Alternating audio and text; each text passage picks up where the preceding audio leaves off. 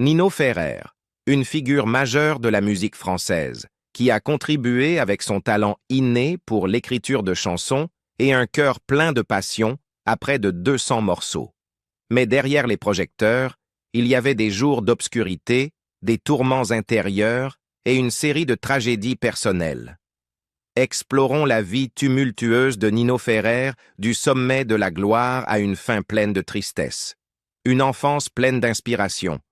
Nino Ferrer, né Agostino Ferrari, le 15 août 1934 à Gênes, en Italie, a grandi dans une famille profondément ancrée dans la culture et l'intellect. Son père, Pietro Ferrari, était un chimiste issu d'une famille italienne riche, tandis que sa mère, Raymonde Magnin, venait d'un foyer modeste en Nouvelle-Calédonie. Leur union, un mélange d'appréciation artistique et de discipline stricte, a façonné une éducation unique pour leur fils unique. Nino montrait une personnalité curieuse et déterminée dès son plus jeune âge. Après le mariage de Pietro et Raymonde en 1933, ils s'installent en Nouvelle-Calédonie, où Pietro gérait une grande usine. Cependant, leur vie tranquille a été perturbée par le déclenchement de la Seconde Guerre mondiale.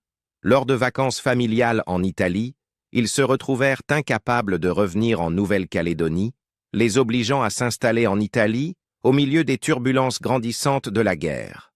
Pendant ces années difficiles, la famille vivait chez des parents dans une maison à Stazzano, une ville rurale choisie pour éviter l'exposition directe au conflit. C'est dans cet environnement modeste et contraint que Nino rencontra l'opéra italien et la musique populaire des années 30. Son grand-père privilégiait l'italien au français, ce qui fit que Nino perdit progressivement sa maîtrise de la langue de sa mère.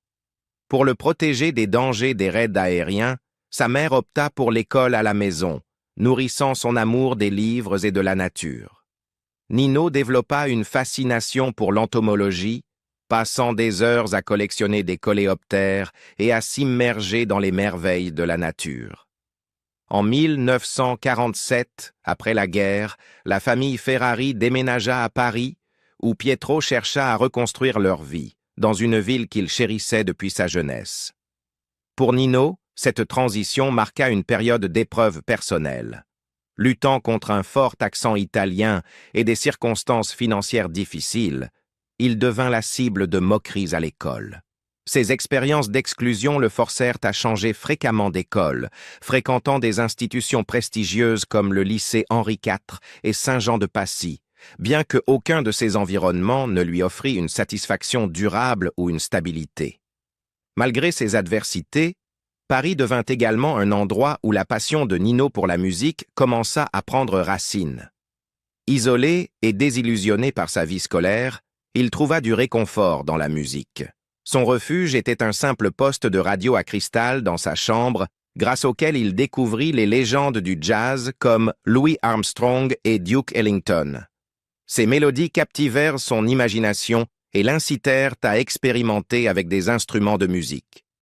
Les premières expériences musicales de Nino incluaient la pratique du banjo, de la guitare, du piano et de la contrebasse. Ces instruments devinrent pour lui un moyen d'expression personnelle et une façon de naviguer dans ses sentiments de solitude. Pour Nino, la musique était bien plus qu'un simple passe-temps. C'était une échappatoire et un point d'entrée dans un monde créatif et vibrant qui contrastait fortement avec sa vie autrement solitaire. À 15 ans, Nino commença à explorer d'autres formes d'art, dont la peinture, et écrivit même ses premières chansons. Bien que rudimentaires au début, ses premiers travaux posèrent les bases de sa future carrière musicale. Ses efforts créatifs s'intensifièrent pendant ses années universitaires à la Sorbonne, où il rencontra Richard Bennett, un lycéen passionné par la batterie. Leur amitié naissante et leur amour commun pour la musique déclenchèrent les premières incursions de Nino dans des projets musicaux collaboratifs. La famille de Nino, en particulier son père, espérait qu'il suive une carrière académique conventionnelle, mais Nino resta résolu dans son rêve de devenir musicien. Les déménagements constants, les attentes rigides de sa famille et les défis sociaux auxquels il faisait face à Paris alimentèrent sa détermination à tracer son propre chemin. Malgré les luttes, Ces années formatrices aidèrent Nino à développer un esprit tenace et une créativité sans bornes. Son enfance, marquée par des transitions culturelles, une discipline familiale et des moments de solitude, façonna finalement l'homme qui deviendrait l'un des artistes les plus innovants et talentueux du XXe siècle. Les expériences de sa jeunesse, son exposition à des cultures diverses, les épreuves d'adaptation à de nouveaux environnements et son amour croissant pour la musique et l'art jetèrent les bases du succès futur de Nino Ferrer. C'est à travers ces défis qu'il affina sa voix unique, non seulement en tant que musicien, mais aussi en tant que narrateur, capable de canaliser des émotions profondes dans son travail. L'enfance de Nino Ferrer n'était pas sans difficulté, mais ce sont précisément ces défis qui cultivèrent sa résilience et sa créativité. Sa passion pour la musique et l'art, nourrie dans un contexte d'adversité, lui permit de transformer ses luttes personnelles en un héritage profond et durable. De l'échec au premier tournant décisif. Le parcours de Nino Ferrer vers le succès dans l'industrie musicale n'a pas été linéaire. Comme beaucoup de grands artistes, son chemin a été semé d'embûches, de revers et de moments de doute.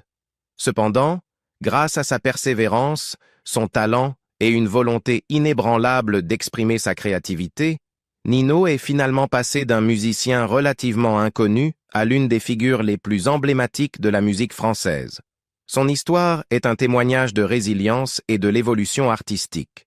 Après avoir terminé ses études, le parcours de Nino Ferrer dans le monde de la musique a véritablement commencé. Il a d'abord rejoint de petits groupes et joué de la basse dans des boîtes de nuit et des événements musicaux à travers la France. Son talent naturel d'instrumentiste a rapidement attiré l'attention de ses pairs, mais il était clair que Nino aspirait à plus. Il ne voulait pas seulement se produire, il voulait créer de la musique qui parlait de ses propres expériences et émotions. Pendant cette période, il a travaillé comme musicien tout en composant également pour d'autres artistes. Cependant, sa passion pour l'écriture de chansons ne s'était pas encore pleinement manifestée. Nino se sentait limité par son rôle de musicien de soutien, et cette frustration l'a poussé à chercher des opportunités où il pourrait se mettre en avant en tant qu'artiste solo. Mais atteindre cet objectif n'a pas été facile. Au début des années 1960, Nino est devenu membre d'un groupe de jazz appelé les Dixie Cats. Bien que le groupe ait été prometteur au départ, il a rencontré son lot de défis. Nino est passé de la contrebasse à la guitare basse électrique, un changement qui reflétait son intérêt croissant pour le rhythm and blues. C'était une tentative de s'adapter à l'évolution du paysage musical en France, où l'influence américaine du rock and roll et du rhythm and blues commençait à prendre de l'ampleur. Malheureusement, malgré ses efforts, les Dixie Cats se sont dissous après une tournée décevante et Nino s'est retrouvé une fois de plus à un carrefour. Ne s'intégrant pas au mouvement yéyé, un genre de musique pop française fortement influencé par le rock and roll américain, Nino a rencontré des difficultés pour percer dans le grand public. Il a auditionné pour plusieurs opportunités, mais n'a pas réussi à obtenir de percées significatives. À un moment donné, il a rejoint un groupe de twist, continuant à chercher des occasions de se produire. Pour protéger la réputation de sa famille et éviter la stigmatisation de l'échec, Nino a même adopté des noms de scène tels que Nino Ferrari et Laurent Tosca, afin de rester quelque peu anonyme. Le grand tournant dans la carrière de Nino Ferrer est survenu grâce à une rencontre fortuite avec Richard Bennett, devenu son ami proche et collaborateur musical. Ensemble, ils ont accompagné la chanteuse Nancy Holloway lors de ses performances, ce qui a ouvert de nouvelles portes à Nino. Non seulement il se produisait comme membre du groupe de soutien, mais il avait aussi la chance de chanter en solo et même de faire des duos avec Nancy. C'est à cette époque que Nino a choisi le nom de scène Nino Ferrer, une décision qui allait devenir synonyme de sa musique et de son identité. En novembre 1963, Nino a sorti son premier single « Pour oublier qu'on s'est aimé ». Bien que la chanson n'ait pas suscité beaucoup d'engouement en raison d'un manque de promotion, le côté B, Un an d'amour, est devenu un petit succès après avoir été réenregistré plusieurs fois. Ce succès initial a donné à Nino un éclat d'espoir, mais c'était loin d'être la percée qu'il avait recherchée. Le véritable tournant dans la carrière de Nino Ferrer est survenu en 1965 avec la sortie de la chanson Mirza. Il s'agissait de la première grande aventure de Nino en tant que chanteur principal, s'éloignant du rôle de musicien de fond. Avec sa mélodie accrocheuse et ses paroles humoristiques et décalées, Mirza a trouvé un écho auprès du public français et a rapidement grimpé dans les classements. Le caractère ludique de la chanson et son rythme entraînant en ont fait un succès instantané, propulsant Nino Ferrer sous les projecteurs et consolidant sa place dans la scène musicale française. Mirza n'a pas seulement été un succès, il a marqué une transformation totale dans la carrière de Nino. Il était passé d'un musicien obscur à la recherche de sa voix à un nom familier dans la musique pop française. Le succès de la chanson lui a permis de développer un style créatif distinctif, à la fois original, énergique et rempli de personnalité. Nino a commencé à embrasser son son unique, un mélange d'humour, de satire et de narration poétique. Parallèlement à sa carrière musicale florissante, Nino Ferrer s'est également lancé dans le cinéma. Il est apparu dans plusieurs petits rôles dans des films comme Laissez tirer les tireurs et Ces dames s'en mêlent. Bien que sa carrière d'acteur n'ait pas atteint les mêmes sommets que sa musique, ses expériences ont contribué à élargir son image publique et l'ont préparé à un succès encore plus grand. Ces rôles ont montré un autre côté de la personnalité de Nino, celui qui était charismatique, polyvalent et capable de s'adapter à diverses formes d'expression artistique. Le véritable sommet de la carrière de Nino Ferrer est survenu avec la sortie de son morceau iconique, Le Sud, en 1975. La chanson est une ballade magnifiquement écrite, inspirée des souvenirs d'enfance de Nino dans le sud de la France, une région qu'il adorait profondément. Les paroles douces et nostalgiques et la mélodie apaisante capturaient l'essence de la campagne ensoleillée de la France, évoquant un sentiment de nostalgie et de tranquillité.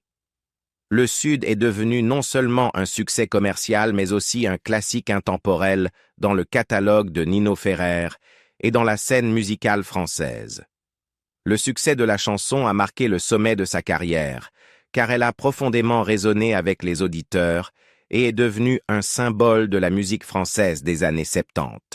Le succès de la chanson était le fruit de la capacité de Nino à mélanger son expérience personnelle avec un attrait universel, créant ainsi une œuvre intemporelle qui continue d'évoquer des émotions chez les auditeurs aujourd'hui.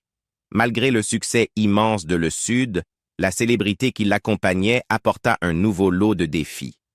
Nino Ferrer commença à ressentir le poids des attentes du public. L'examen minutieux des médias, couplé aux exigences d'être un artiste à succès, a commencé à avoir un impact sur lui. La pression constante de devoir créer de la musique nouvelle et de vivre à la hauteur du succès de ses précédents succès a entraîné un sentiment croissant de fatigue. Nino est devenu désillusionné par le mode de vie des célébrités et se sentait de plus en plus déconnecté de la persona publique qui avait été créée pour lui. Le monde du divertissement, qu'il avait autrefois embrassé avec enthousiasme, a commencé à lui paraître étouffant. La frustration de Nino vis-à-vis de l'industrie et son désir de vie privée l'ont poussé à se retirer de la scène publique à plusieurs reprises. Cependant, malgré le fardeau émotionnel de la célébrité, la passion de Nino Ferrer pour la musique n'a jamais faibli. Il a continué à écrire et à se produire, refusant d'être défini uniquement par ses succès passés. Son refus de se laisser cantonner au statut de simple star de la pop a démontré son engagement envers son art et sa détermination à rester fidèle à sa vision artistique. Les étapes difficiles de sa carrière. Nino Ferrer était un artiste talentueux, connu pour son style musical unique et créatif. Cependant, derrière des chansons populaires comme Mirza et Le Sud, il a dû faire face à de nombreux défis.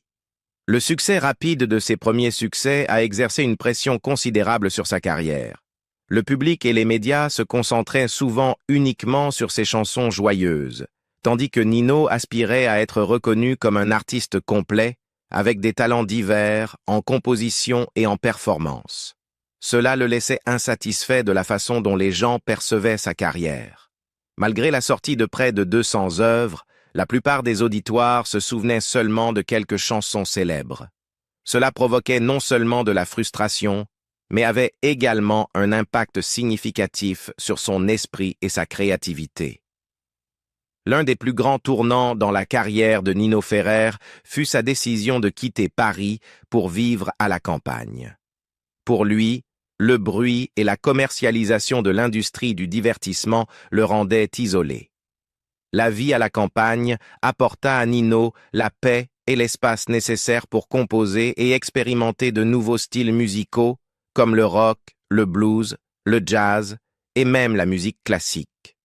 Cependant, vivre loin des projecteurs le conduisit progressivement à être oublié dans le monde du divertissement. L'indifférence du public et des médias créa un grand vide dans la vie de Nino. Néanmoins, il persévérait sur son chemin artistique, considérant la composition et la performance comme un moyen de se comprendre et de s'explorer. Nino était en conflit avec l'industrie même à laquelle il appartenait. Il détestait la commercialisation et la manière dont la musique était traitée comme un produit plutôt que comme un art. Il a toujours cherché à se libérer de l'image de l'amuseur public pour devenir un véritable artiste. Bien qu'il ait connu un grand succès avec ses hits, Nino n'a jamais pu échapper au sentiment de solitude et d'aliénation. Il a un jour partagé qu'il se sentait pris au piège entre l'obligation de répondre au goût du public et son désir personnel de créer des œuvres plus profondes. Bien que la carrière de Nino Ferrer ait atteint son apogée, il a constamment été hanté par la peur d'être oublié. Pour lui, le fait que le public ne se souvienne que de quelques chansons célèbres était injuste par rapport à l'énorme corpus d'œuvres qu'il avait créé.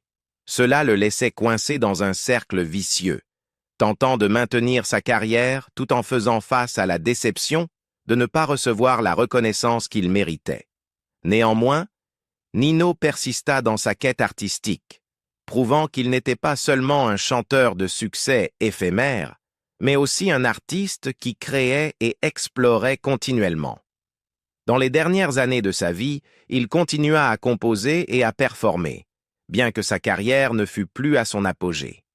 Le journal et l'humeur mélancolique avant sa mort.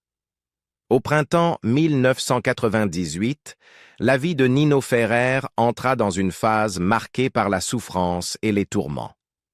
Alors que la santé de sa mère se détériorait considérablement, Nino commença à écrire un journal intitulé 1998 et suite, peut-être.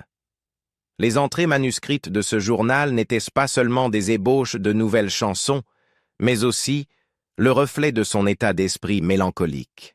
Nino y relatait sa profonde tristesse, ses luttes avec la vie, et même un testament poétique. Dans ce journal, il s'excusait auprès de sa famille pour son caractère impulsif et la douleur qu'il avait involontairement causée à ses proches. Il n'hésitait pas non plus à critiquer le monde du show business, cette industrie glamour mais superficielle à laquelle il avait autrefois appartenu. Ses écrits semblaient être un adieu, reflétant le tourment intérieur d'un artiste talentueux mais solitaire. Ce n'étaient pas des émotions passagères, mais une préparation à une fin qu'il avait discrètement planifiée. Lorsque sa mère décéda en 1998, Nino Ferrer sombra dans une profonde dépression.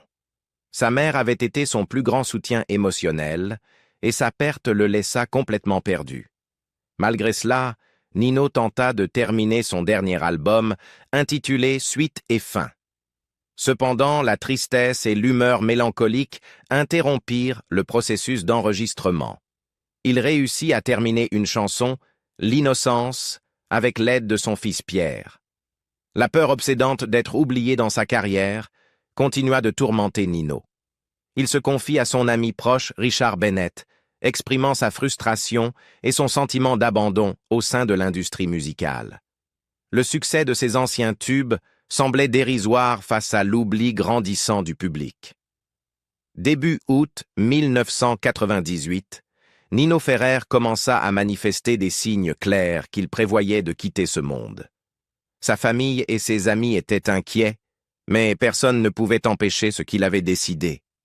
Lors de la fête d'anniversaire de sa femme Kinou, le 12 août, Nino demanda à ce qu'on l'appelle Don Nino Ferrer, une référence à Don Quichotte, un personnage qu'il admirait. Ce geste semblait être son dernier message sur une vie pleine de rêves, mais aussi de tragédies. Le jour suivant, il demanda à Kinou de disperser les cendres de sa mère dans le jardin familial, comme pour l'envoyer dans un lieu paisible.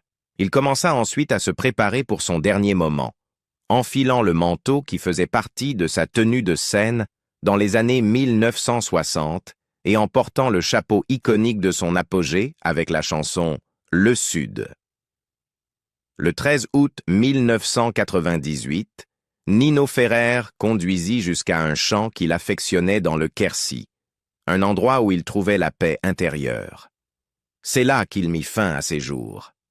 Nino laissa des lettres à sa famille et à ses amis, exprimant sa douleur et son sentiment d'impuissance face à la vie. Dans ces lettres, il s'excusait et remerciait ses proches qui l'avaient soutenu tout au long de son parcours tumultueux. Son ami proche Richard Bennett se souvint que dans les derniers jours de sa vie, Nino parlait souvent de son insatisfaction face à la vie et de son sentiment d'être oublié. La solitude semblait être devenue un fardeau insupportable le menant à cette décision déchirante. Le corps de Nino Ferrer fut incinéré et ses cendres dispersées en plusieurs lieux, dont le cimetière de Montcuq, dans le Lot. Bien que sa vie se soit terminée dans la tragédie, l'héritage musical qu'il a laissé reste cher au public et à la communauté artistique. Sa femme, Kinou Ferrari, vécut près de 24 ans après sa mort. Elle décéda le 17 mars 2022 à Toulouse, à l'âge de 74 ans. Sa mort marqua la fin d'une histoire d'amour profondément émotive, mais aussi porteuse d'une douleur incurable. L'histoire de la vie de Nino Ferrer sert de rappel poignant que derrière le glamour et l'éclat d'un artiste, il y a des luttes et des pressions qui ne sont pas toujours visibles. C'est un témoignage de la fragilité de l'esprit humain et de l'importance du soutien et de la compréhension pour ceux qui font face à l'obscurité de leur âme. Le parcours de Nino Ferrer fut à la fois marqué par des triomphes et des tragédies, laissant un héritage durable dans le monde de la musique. Son style unique et ses compositions sincères continuent de résonner auprès des fans du monde entier. Quelle est votre chanson ou moment préféré de la carrière de Nino Ferrer? Faites-le nous savoir dans les commentaires ci-dessous. Et si vous avez apprécié cette vidéo, n'oubliez pas de liker, partager et vous abonner pour découvrir d'autres histoires d'artistes emblématiques et de leur vie remarquable. Merci de votre attention.